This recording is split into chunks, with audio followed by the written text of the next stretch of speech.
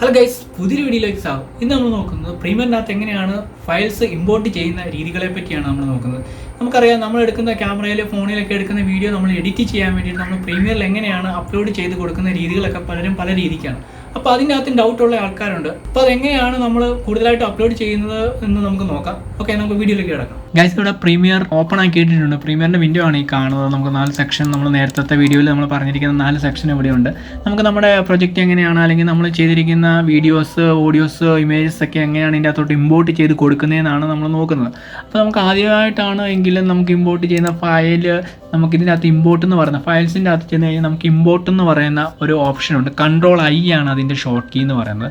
ഞാനിപ്പോൾ ഇവിടെ ഇമ്പോർട്ട് ചെയ്ത് കഴിഞ്ഞാൽ നമ്മുടെ ഫയൽസ് എവിടെയാണോ കിടക്കുന്ന ആ ഒരു ഫയൽ പാത്ത് നമുക്ക് കാണിച്ച് അതിൻ്റെ അകത്ത് നമുക്ക് വീഡിയോ സെലക്ട് ചെയ്ത് കഴിഞ്ഞാൽ നമുക്ക് ഇമ്പോർട്ട് ആവുന്നതാണ്. ഇനി അതെല്ലാം നമുക്ക് നമ്മുടെ മീഡിയ ബ്രൗസർ എന്ന് പറഞ്ഞുകൊണ്ട് നമുക്ക് ബ്രൗസ് ചെയ്തെടുക്കാവുന്നതാണ്. നമുക്ക് എന്തെങ്കിലും കാണാതെ പോയി കഴിഞ്ഞ് കഴിഞ്ഞാൽ എങ്ങനെയാണ് എടുക്കുന്നതെന്ന് മുമ്പത്തെ വീഡിയോയിൽ ഞാൻ പറഞ്ഞിരുന്നു. അപ്പോൾ നമുക്കിവിടെ മീഡിയ ബ്രൗസറിനകത്ത് നമുക്ക് ബ്രൗസ് ചെയ്തെടുക്കാൻ പറ്റുന്നതാണ്. നമുക്കിവിടെ മീഡിയ ബ്രൗസർ ഉണ്ട്. ഇതാണ് മീഡിയ ബ്രൗസർ.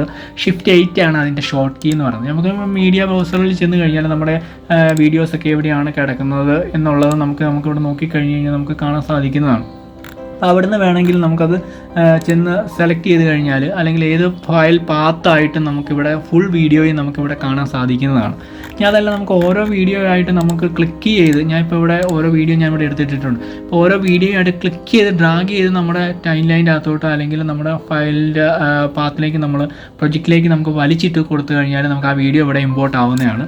ഇനി അതല്ല എങ്കിൽ നമുക്ക് ഇവിടെ പ്രൊജക്റ്റിൻ്റെ അകത്ത് ഡബിൾ ക്ലിക്ക് അടിച്ചു കഴിഞ്ഞാൽ നമ്മുടെ പാത്ത് എവിടെയാണെന്നുള്ളത് നമുക്കത് നേരിട്ട് കാണാൻ സാധിക്കുന്നത്. നമുക്ക് ഏതെങ്കിലും ഒരു വീഡിയോ നമുക്ക് വേണമെങ്കിൽ നമ്മൾ ക്ലിക്ക് ചെയ്ത് ഓപ്പൺ ചെയ്ത് കഴിഞ്ഞാൽ നമ്മുടെ വിൻഡോയിലേക്ക് വരുന്നതാണ്. സിമ്പിളായിട്ട് നമുക്ക് നമ്മുടെ വീഡിയോസൊക്കെ എങ്ങനെയാണ് ഇമ്പോർട്ട് ചെയ്ത് കൊടുക്കുന്നത്. ചില ഫയൽസ് നമുക്ക് ഓപ്പൺ ആകാതെ വരും. MOV പോലുള്ള ഫയൽസൊക്കെ നമുക്ക് ഇതിനകത്ത് ഓപ്പൺ ആകാതെ വരുന്ന ഫയൽസ് നമ്മൾ ചിലപ്പോൾ ഓൺലൈനോ കൺവേർട്ടറൊക്കെ ഉപയോഗിച്ച് നമുക്കൊന്ന് കൺവേർട്ട് ചെയ്ത് നമുക്ക് ഇതിൻ്റെ അകത്തോട്ട് MP4 അല്ലെങ്കിൽ അതായത് മറ്റ് സപ്പോർട്ട് ചെയ്യുന്ന ഫോർമാറ്റിലേക്ക് ആക്കിയിട്ട് നമുക്ക് ഇതിൻ്റെ അകത്തോട്ട് ഇമ്പോർട്ട് ചെയ്ത് കൊടുക്കാവുന്നതാണ്.